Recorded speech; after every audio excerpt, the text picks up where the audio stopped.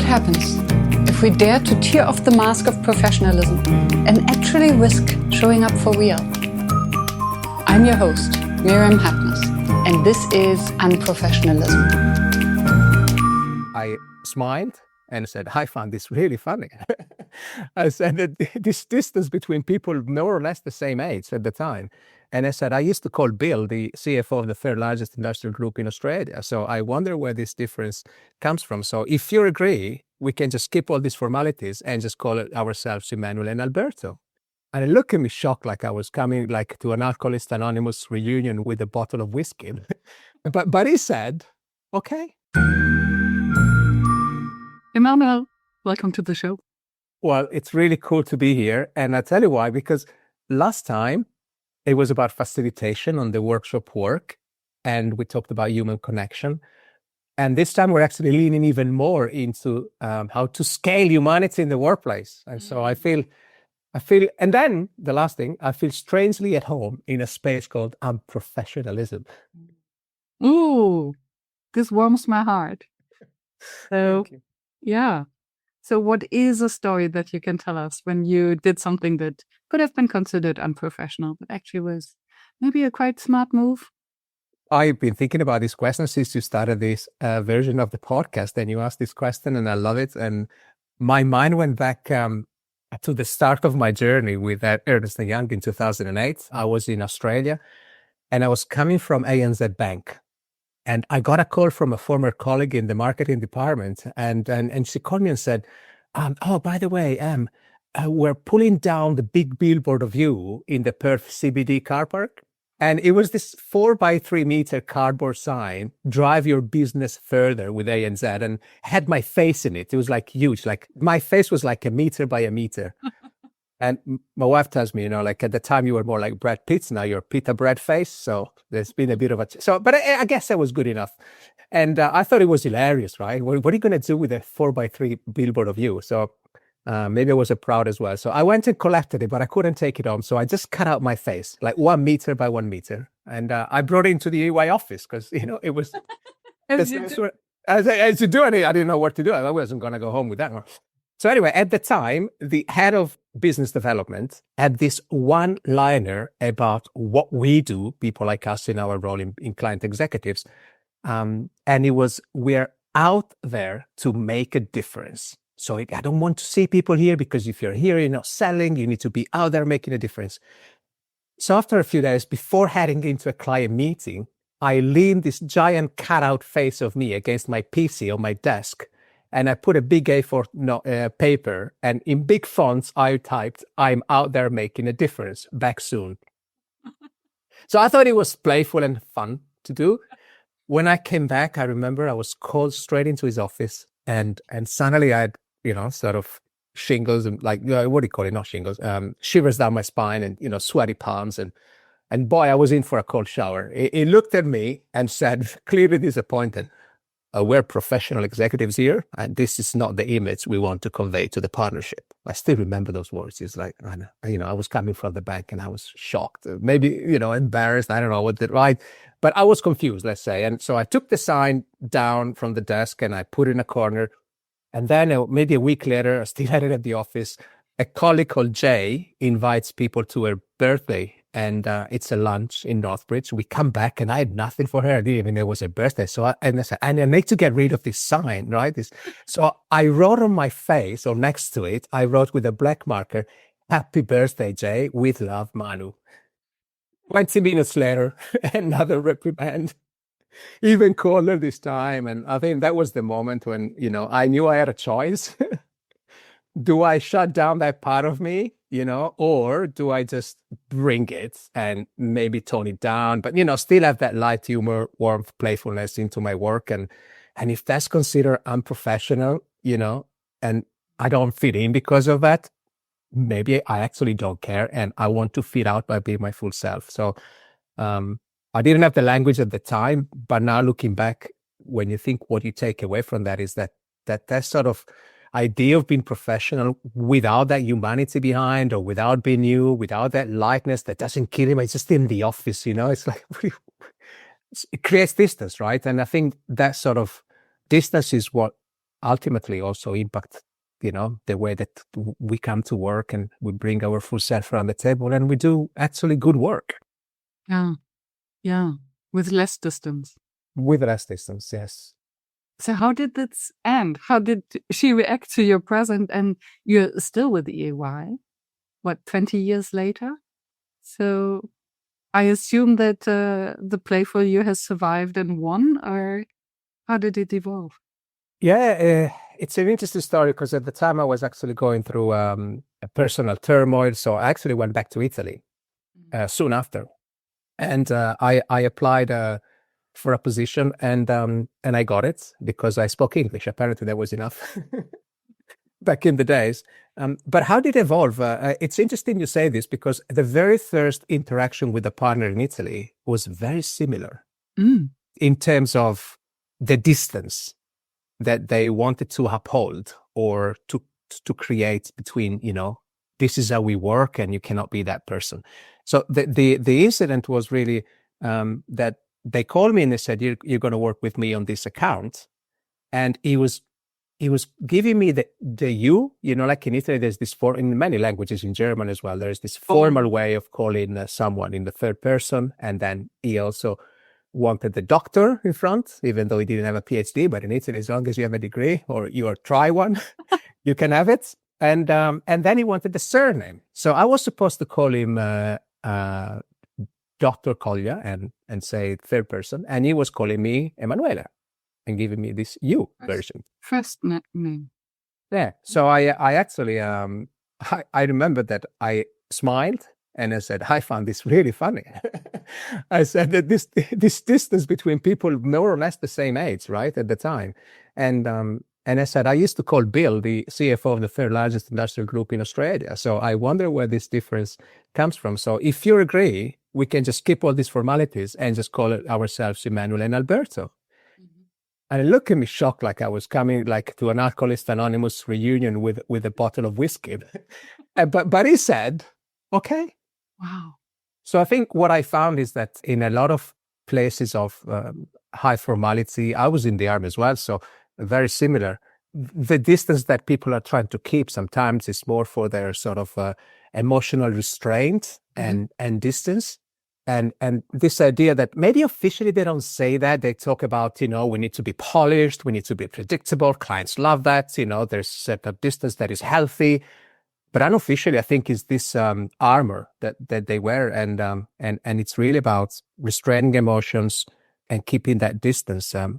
And then those type of armors, they become heavier, right, with the time. So sooner or later, I notice that they break down. But that's really like I think the biggest answer that I can give you. Like the distance is really given by this sort of emotional restraint and hierarchy that. That we need to disrupt in a good way, so to speak, in a light way. And I love these two anecdotes next to each other because I wonder what I'm thinking of is the unspoken rules.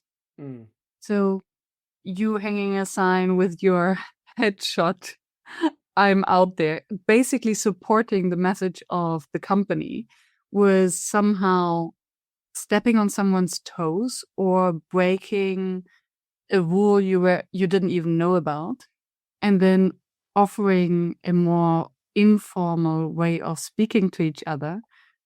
Apparently you also broke an unspoken rule, but in this case it was welcome. Yes. And I would be curious about the impact of that. But so what I hear, the impact of the unspoken rules and what happens if we're testing them. I'm trying to think also, knowing you, about the work that you do on psychological safety, right? So the price you pay in the moment is this sort of feeling excluded, right? So there's a momentary exclusion.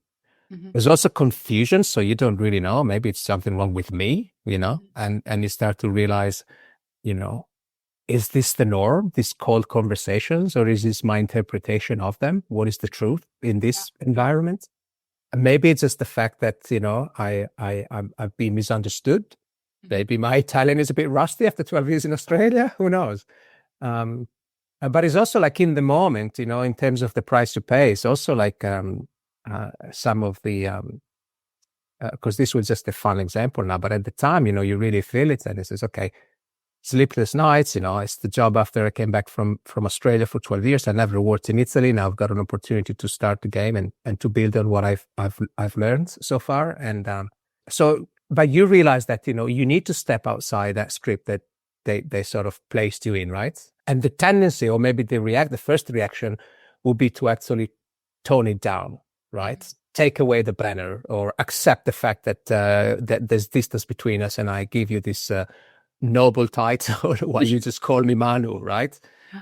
But I think the reason why it's unprofessional in a way to challenge that and bring that humanity in the workplace is that the reward for the person who's actually on the receiving end, the me, is that coherence. Mm-hmm. I don't have to split myself between who I am outside work and the way that I lead or the way that I behave at work. Yeah. So I always think, when it comes to relationship, if you build them from a place that it's real and not performative, mm-hmm. For high performing culture like that is difficult sometimes. But it's certain that trust that really in the end doesn't depend on wearing a mask or the armor. Yeah.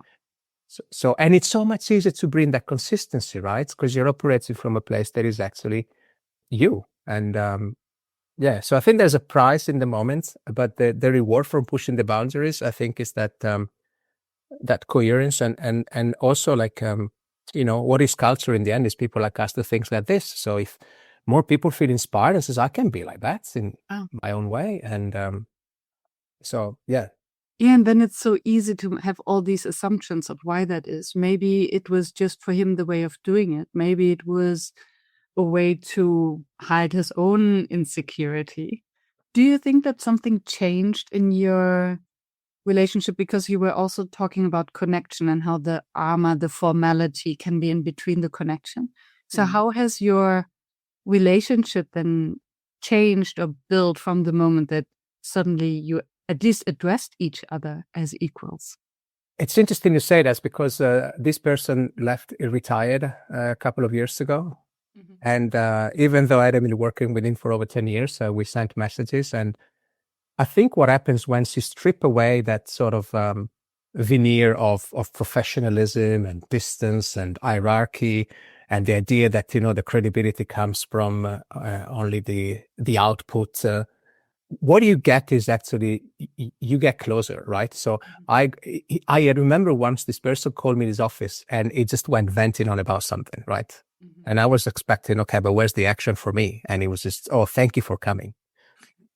So I was like, okay, I really need to get into the psychology degrees and all. But the point I want to make is that it's really an act of mutual care and commitment and presence. So we start to work on the same, clients, and then you show up to see each other as we are, right? As human being first. I knew everything then about his family, his holidays, football team. So suddenly you break down those silos. Mm-hmm. That makes you, at times, because we call them human resources, and in the end, you might feel, okay, it's a factory and we're all replaceable cogs. And so maybe keeping distance is also a way not to get attached to people, because it's all about the work and the performance and the delivery that I need to make as a partner. And now you're actually bringing some of that love, but not in a sentimental way, but more like I said, care, connection, and real presence in the interactions, and you do work better, but because now you have established some better conditions for real trust, not just a professional agreement.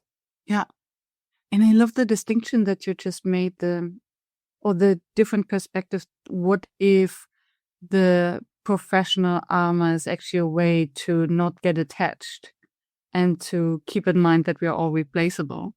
Yes, I felt that in the army as well. So I think there's something to do with environments, maybe where there's an hierarchy, or whatever stripes you have on your shoulders, they say a lot, because that's the reality. Yeah. I remember my captain used to tell me, once you're back in Australia, you'll be able to pile up that kangaroo manure the way you want, you know. But here you cannot be creative or do things unless I tell you how. And I was like, what is this distance? And again, you know, by working with this captain, you know, we became so close. And there was another quartermaster with me, and the three of us had such a great relationship. So I think there is something about not willing to lean into the human side, because it's easy. You avoid difficult conversations. You don't have to sit in tensions. You know, you can just conform, and then it's less challenging as well to lead, right? That way, and so the emotional distance remains. So I think it's more about trying to edit the rules a little bit as you play, and then you'll find that it's natural for people to open up, crack open and connect, because that's what we're drawn for as human beings, right? To have each other, and we're so much better together.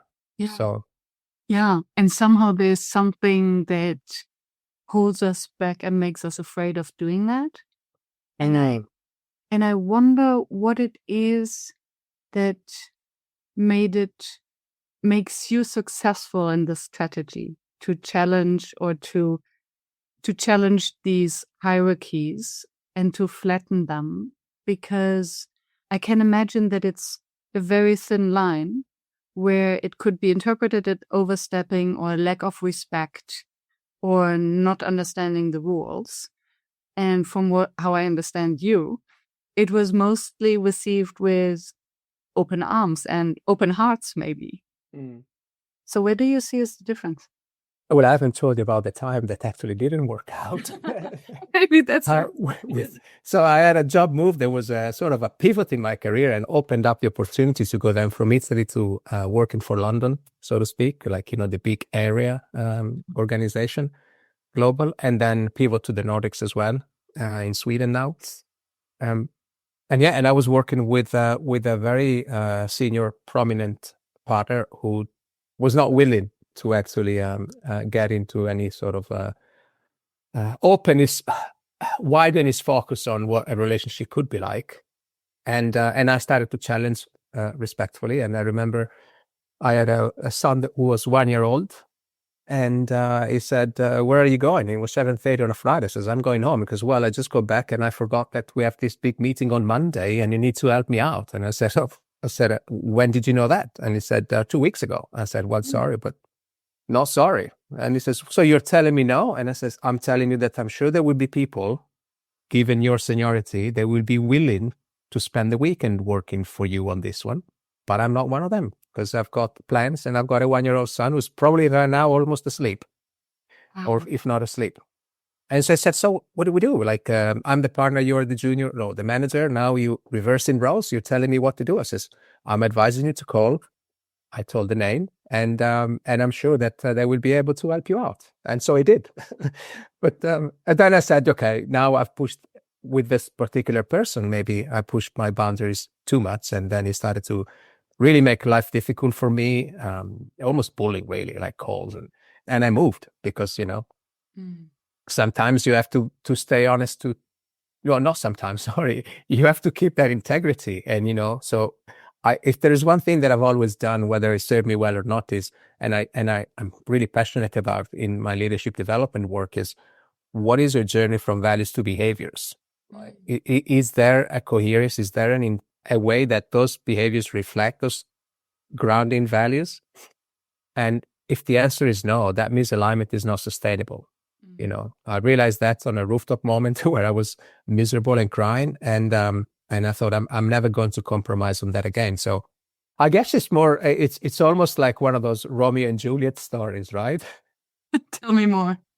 No, like I was thinking about it. Actually, it was in a conversation with a professor from INSEAD, Giampiero Petriglieri is great. And I came across his work because he came to the Nordic Forum, and he was talking about love as a leadership as a kind of love. I just saw this slide. I wasn't there, and I just loved the idea, right? And Marcus Buckingham is now has a book out on a similar topic as well. I haven't read into it, but if you think about it, that way of being you, and bringing that groundness and the sense of being whole and creative and awesome around, right? Wherever you walk, it's probably bringing that sort of love or your loves, like also your strength, your imperfections to work in a way that it's you.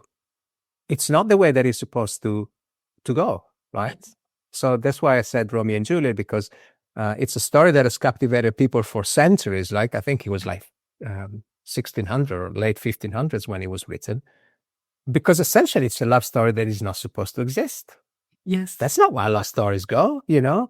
You got everything around you, the head of business development, the other part, that tell you don't go there. You know, there's a rivalry between these two families. There are rules, expectations. There's a lot of history here. And this is how we do things. And yet you choose something that it's deeply human and something that it's calling you to act in a certain way. And the system is telling you, no, don't. So that's the truth, right? And then people, you know, might say, okay, but then Romeo and Juliet didn't end well. However, I think that the story might have a tragic end, but it's not meaningless, because what you really see is what is the cost we pay in organizations, if you want to draw the analogy, when it comes to rigidity and to, you know, you have to fit this square box, and even if you're around shape. And so I think when we bring the message, and I believe that everybody has agency, right? And sometimes it goes well, sometimes it doesn't, but I think you always have this agency to fight this idea that rules matter more than people. You know, we've always done it this way, where you to come here and disrupt, right? And I said, who set those rules? You know, like, we can change them, right? Yeah. It's people like us doing things here. So I think, to the point of the story of Romeo and Juliet, like, I think we need more leaders who are actually brave enough to create and hold that space where people can, and protect it, right? When people can come alive, because we know from statistics that not only people are more engaged and they stay with a smile, but they actually outperform. So I think that's the big missing point, because a lot of times I'm passionate about leadership development, vertical development, and then you go into work and people say, yeah, but we're here to make money. And I says, yeah, but I'm telling you that you can actually make more. If that's what drives you, you can actually make more with a smile. Wouldn't that be a better word to work in? Yeah. So I think that's the missing ingredient, if you want, in a lot of organizations. But that's also the key to really unlock the performance. Yeah. So it's a bit of a dichotomy, really. Like, and it's funny, the love is such a dirty word when we think of business and professionalism. And what came to mind for me listening to you in the story of Romeo and Juliet and bringing love to work is that actually the essence of love is that someone brings out the best in you. Right? That's love.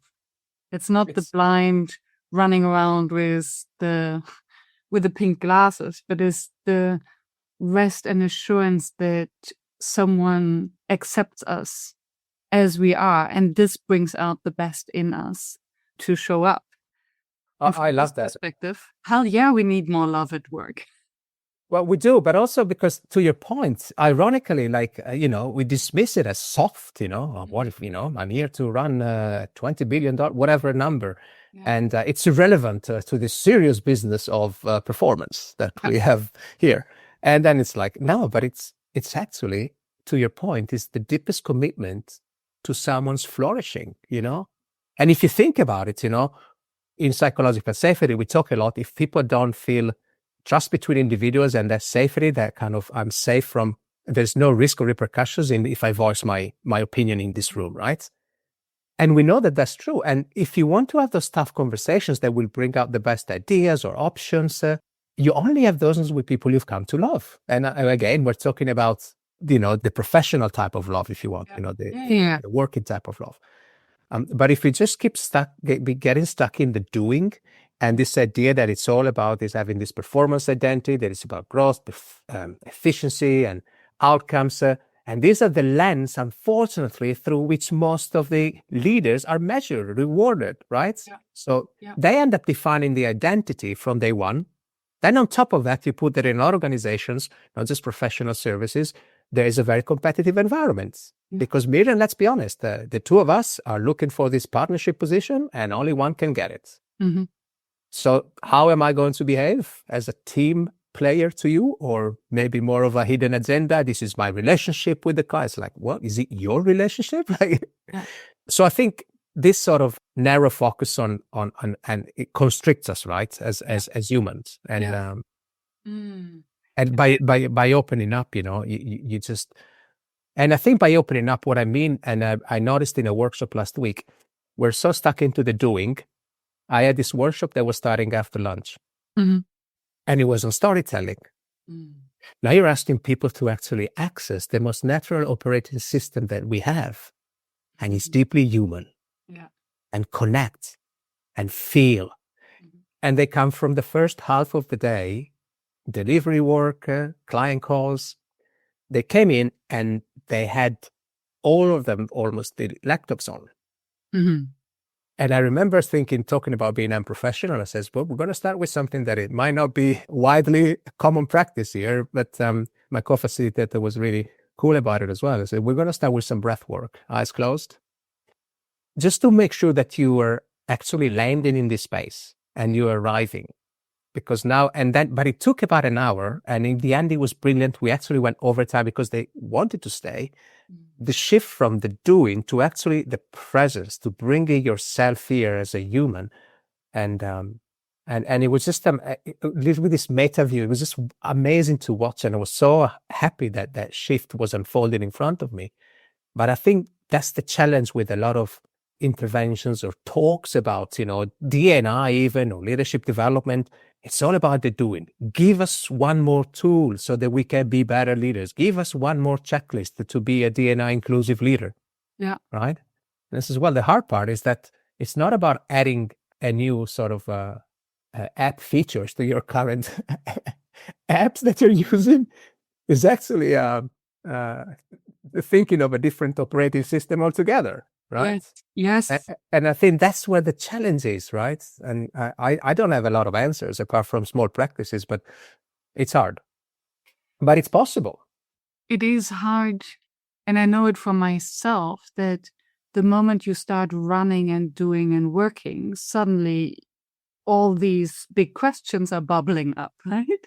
Yes. And suddenly you wonder, what's the meaning? What's the purpose? Who am I? And it's easier not to ask these questions if we're in the running and the doing. And I would be very curious in your experience working with these leaders and this polarity, so that there's so many levels actually that I would love to explore with you.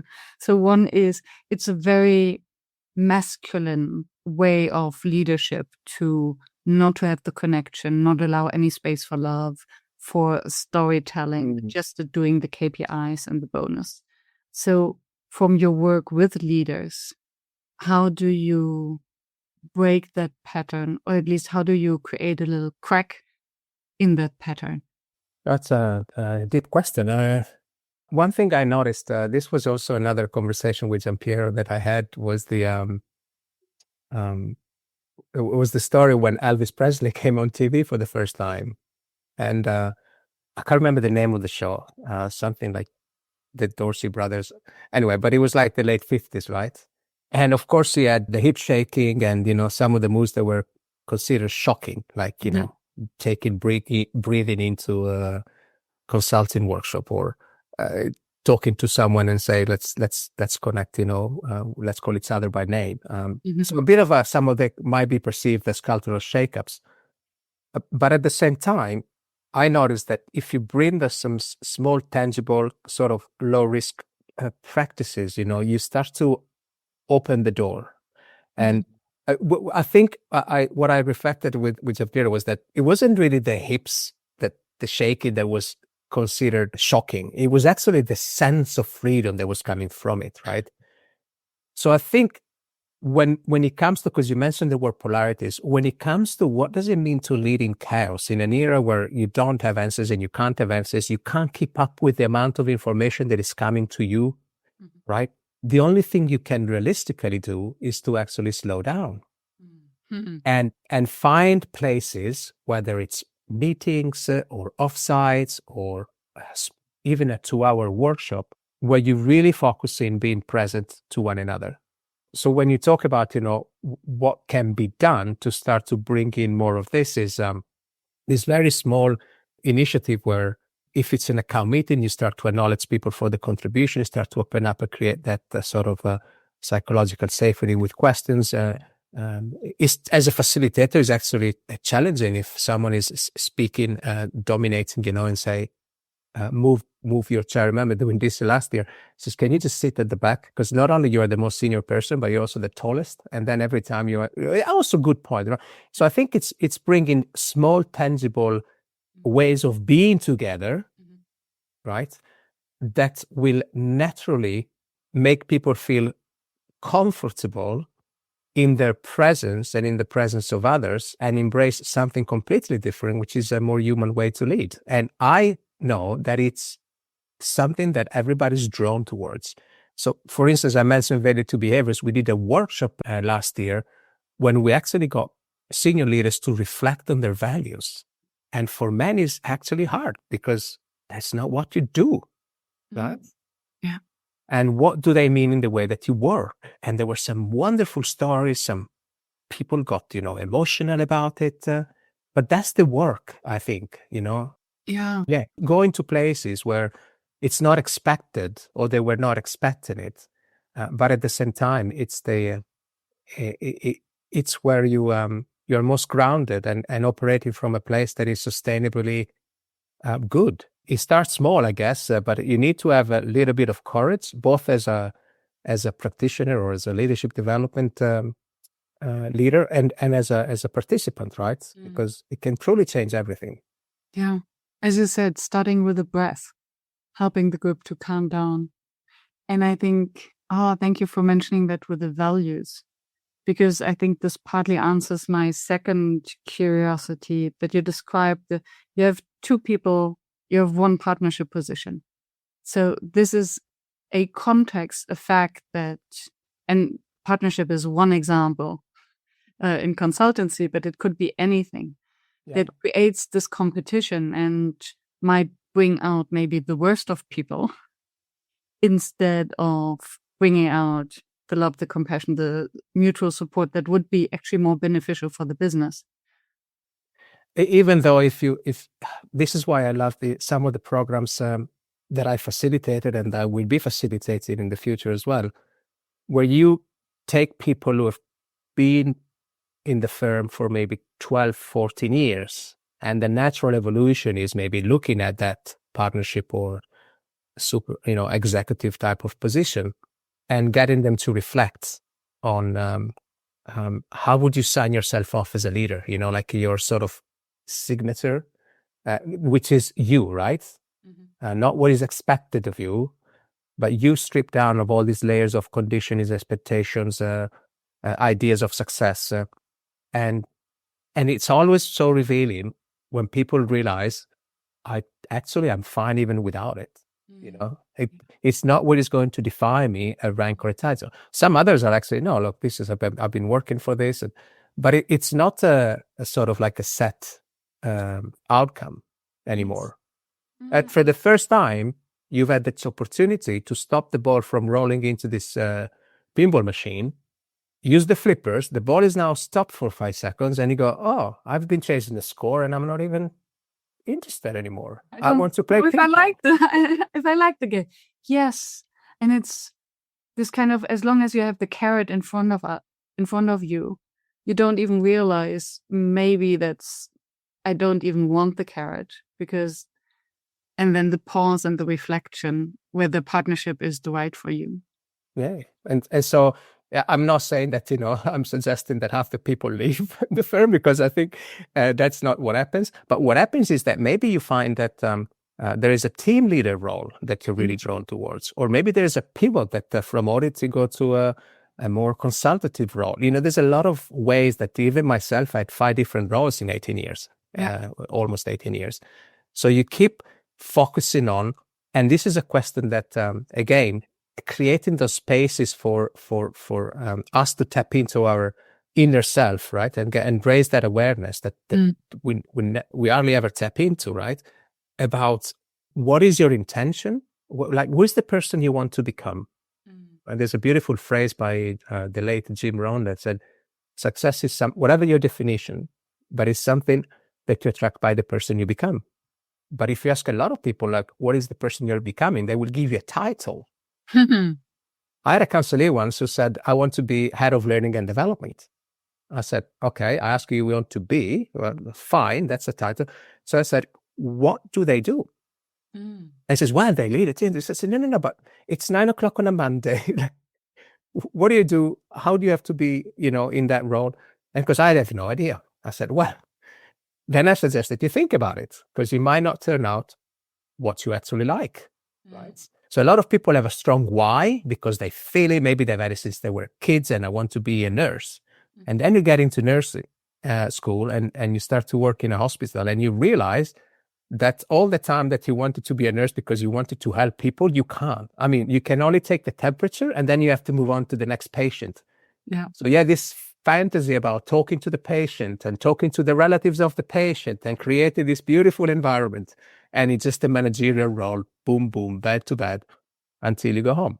Yeah. So I think it's important to understand how, as well. But anyway, but the overall point was that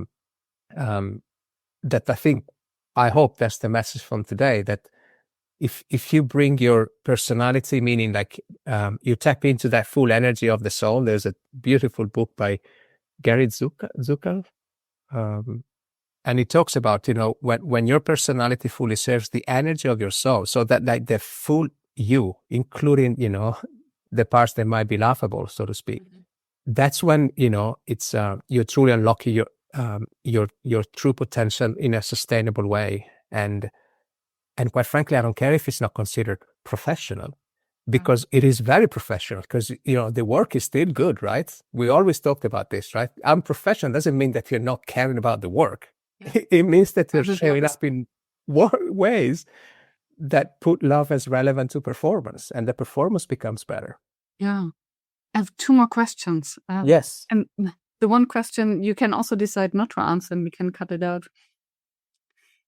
Because you're not a partner after 18 years.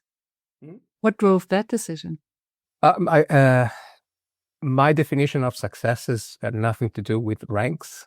And it's always been about experiences and pivoting to areas that were really calling me. So I've been from this client executive salesperson to a more detached role in operations, and then into talent as a team lead, and now as a leadership development facilitator. And it's been a natural evolution for me, in line with my values and the strength that I was building. Strength not because I say so, but because the feedback was there as well to support it, right? So with this alignment between values and strength, where is that leading me? I don't know, the next pivot, but I know that when you lean fully into you, doors will open, right? And then you think, isn't that interesting? They call me for that initiative. And says, of course it is, because you've been putting yourself out there in a way that reflected you, and people feed into the energy. They see authentic, meaning that between what I feel, say, and do, there's hardly any gap. Yeah.